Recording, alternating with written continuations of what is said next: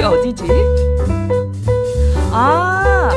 거기 광주 전남 문화향유 핫플레이스와 다양한 문화 정보를 전해드립니다. 문화적 감성으로 꿀잼 도시 광주를 전하는 이당금의 문화마실. 네, 광주 지역 문화예술 기관장들이 임기가 끝났거나 또는 만료를 앞두고 있습니다. 새로운 기관장 선임에 관심이 쏠리고 있는데요. 자, 오늘 이당금의 문화마실 코너에서는 광주 지역 문화예술 기관장의 임기 만료에 따라 후속 인사 어떤 절차를 통해 이루어지는 것이 바람직할지 이야기 나눠보죠. 이당금 푸른연발 대표님 나오셨습니다. 어서 오십시오. 너무너무 오랜만에 뵙습니다. 예, 전화로만 만나 뵙다가 저희 방송국 사정입니다. 이건 오롯이 우리 대표님의 사정이 아니고 2025년 아마 미사 집전한다고 예, 이런 것들이 사제부제 선포 미사 중계 네. 방송 때문에 저희가 보이는 라디오가 좀 어려웠고. 그럼 인사 한번 드릴까요? 2025년 새해 건강하시고 다들 무탈하시고 여여하시기를 예. 우리 광주 카톨릭 평화방송 듣고 계시는 청취자분들 모두에게 행운과 행복 전해드리겠습니다. 예, 감사합니다. 네. 예. 감을 아직 잃지 않으셨군요. 아, 네.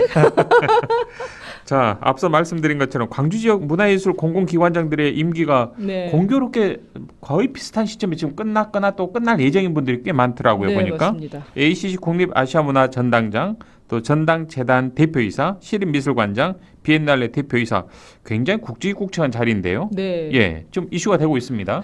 저 시작하기 전에 제가 사자성어 한문을 한번 사용을 해볼까 합니다. 예, 혹시 그 무슨 말씀인지 상행하효, 상행 하효. 하효. 윗사람이 하는 대로 해야 아랫사람이 따른다라는 거 아하. 하고요. 상량 부정 하량외. 마룻대가 바르지 않으면 아래 들보가 삐뚤어진다. 아, 라는 말이 있습니다. 예, 제가 이 말을 하게 된 게 사실은 지금 우리 현재 보면은 시국이 굉장히 난국이지 않습니까? 그렇죠. 그러다 보니까 이 주인 리더십이 얼마나 지금 중요한 상황이 있느냐. 뭐 집에는 부모님의 역할이 있을 테고, 학교에서는 선생님들의 역할이 있을 테고, 그리고 회사는 사장님의 역할이 있을 테고, 그리고 우리가 자주 가는 밥집이나 카페에서는 주인장님의 그런 그 철학에 따라서 굉장히 모든 것들이 좀 그 맛이 있느냐 없느냐, 또는 거기를 그럼요. 계속 갈 예. 것이냐, 아니면 회사가 앞으로 나아갈 것이냐, 후퇴할 것이냐, 이런 부분들이 있는데, 지금 상황에서 우리에게는 리더십이 굉장히 중요한 시점이고, 리더십에 대한 그 또 다른 사유와 철학이 좀 필요한 시기라고 저는 좀 생각을 합니다. 그렇지 않으면 많은 가족도 불안하고 뭐 거기를 찾아가는 사람들도 불안하는데, 지금 윗물이 맑아야 아랫물이 맑아야 된다라는 이런 속담이 좀 적용이 되는데, 왜냐하면 어제도 대통령 그 헌법재판소 와서 그 저기 뭐냐 장면을 보는데 계속 자기는 책임이 없고 부하 직원한테 떠미는 그런 그러니까요. 거잖아요. 예, 예. 리더의 역할은 그것이 아니거든요. 혹시 그 부하 직원들이 잘못했다 할지라도 이건 나의 책임이니 나에게만 뭔가를 그 법적인 부분을 하고 직원들은 살려주시오 하는 게 대체적인 건데, 그렇습니다. 이건 좀 도대체 나는 잘못이 없으니 부하들을 잡아가시오. 뭐 이런 식. 예, 부하들을 잡아가시오라는 예. 식인데, 지금 이제 광주가 뭐 지금 4개 단체에 5명 그 5 조직이 지금 기관장 단체장들을 뽑아야 되는 시기예요. 그러다 보니까 제가 이제 초반에 한자 성어를 알겠습니다. 썼습니다. 네. 자, 먼저 광주 비엔날레 네. 대표이사 임기 지난달 30일에 이제 종료가 됐는데 여전히 현재까지는 공석이죠? 네, 네. 지금 대표이사 같은 경우에는 이제 강기정 시장님이 이사장으로 있는 비엔날레 이사회를 통해서 선임 과정을 거치거든요. 그래서 대표이사로 선임이 되는데, 지금 계속 그 하마평으로 정치권 인사 중에 대표 인사가 선임된다는 하마평이 있어서, 근데 이제 이게 아직 수면 위로는 명확하게 올라오지 않고 있는 상황이에요. 왜냐하면 네. 국가가 지금 난국이다 보니까 어떤 인물들을 선임해야 시민들의 어떤 이해와 지역 문화예술계의 반응에 조금 신중한 눈치인 것 같고요. 그러다 보니까 역시 빠지지 않는 것이 이제 정치권 인사인데, 과연 문화중심 도시 광주 미술이 세계적으로 더 나아가는 발전을 하기 위해서 전문가여야 하는 건가, 정치인이어야 하는 건가, 행정가가 필요한 건가, 이런 질문들이 지금 그 예. 목소리들이 있습니다.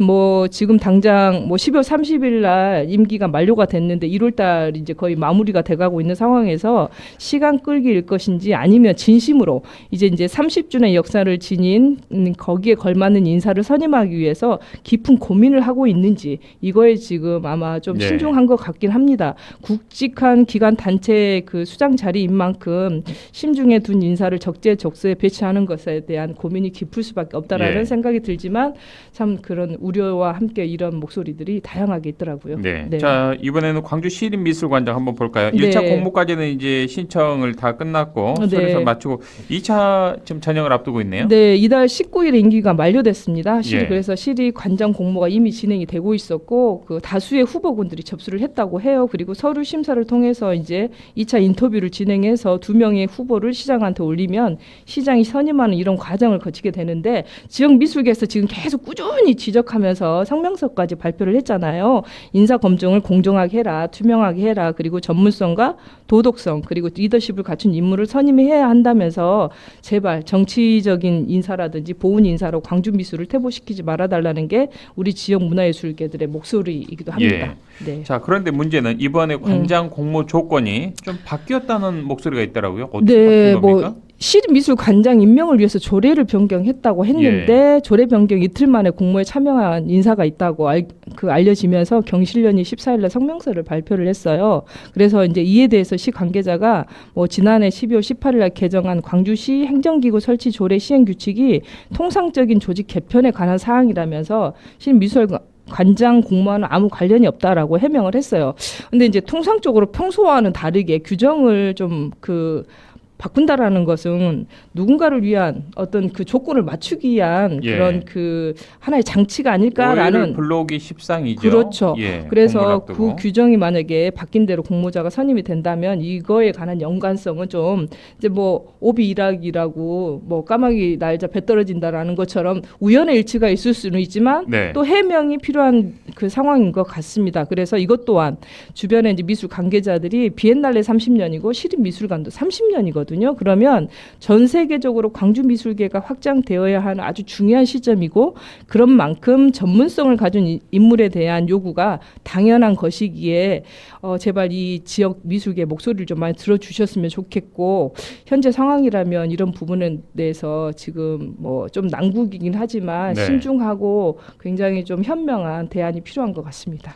자, 그리고 ACC 국립아시아문화전당장 그리고 네. 전당 대표이사, 국립아시아문화전당재단 사장의 네. 임기로 차기 후임자가 누가 될 것인가에 대한 관심도 꽤 높습니다. 이제 사실 헷갈리는 부분이 있으실 텐데요. ACC 국립아시아문화전당장이 계시고 네. 또 전당 재단이 재단이 있어요. 별도로 전당 기구가 재단에는 있습니다. 대표이사와 있고 사장도 사장이 있고요. 있어요. 예. 근데 이게 공교롭게 1월 17일 날 임기가 끝나고 2월 13일 날 세 명이 전부 다 이렇게 임기가 만료가 되는 상황이다 보니까 예. 세 명을 다 지금 새로운 차기 선임을 해야 되는데 사실 이제 국립아시아문화전당 광주시 관할은 아니에요. 문체부에서 네. 임명을 하는 거죠. 여기는요? 그렇죠. 예. 문체부에서 임명을 하는데 ACC가 올해 10주년이 되는 상황이에요. 그리고 지금까지 아시다시피 전당장이 지금까지 전당장으로서 역할을 해온 게 아니라 10년 전에 전당이 생기면서 전당장이 없이 직무대행으로 계속 그렇죠. 그 역할을 해왔잖아요. 그런데 이강현 전당장이 이제 선임이 됐을 때는 이제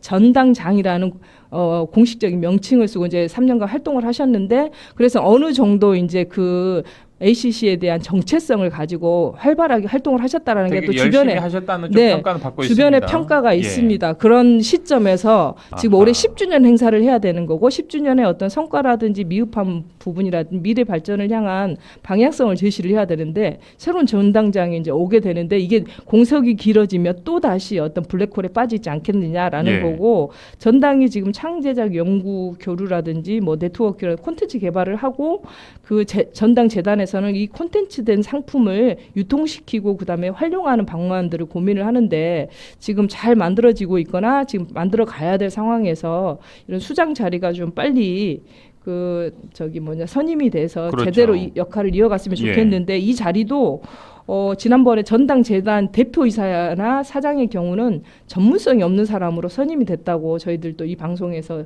그 언급을 했었잖아요. 이번에도 또 정치적인 뭐 어떤 보훈 인사 이런 부분이 아니었으면 좋겠고 정말 광주를 발전시킬 수 있는 전문적인 인물이라든지 좀 그런 평가를 받는 사람들이 네. 선임이 되거나 공모해 주셨으면 하는 바람의 목소리들이 우리 미술계 그리고 예. 지역 광주 시민들의 목소리가 있습니다. 상당히 좀 광주 지역 문화예술계를 또 대표하는 그런 기관장이기 때문에 그만큼 네. 우리 대표님께서 또 예술인의 한 분으로서 네. 또 관심을 크게 갖고 계시지 않나 싶습니다. 그러니까 이게 저희들도, 예, 네, 관심 좀 직접적인 어떤 그 효과는 보지 못하더라도 네. 전반적으로 광주 그 문화예술계 환경이 좋아지면 전반적으로 사실은 효과를 보는 거지. 그럼요. 나한테 예. 지원을 받거나 나한테만 혜택을 받는 건 사실은 큰 도움이라든지 발전은 안 되는 거거든요. 그래서 지금 이렇게 난국일수록 그 리더십을 가진 그리고 전문성을 가진 그런 이 도덕적인 사람들이 리더로서 이렇게 이끌고 가면 문화예술계가 좀 더 광주만의 색깔들 그리고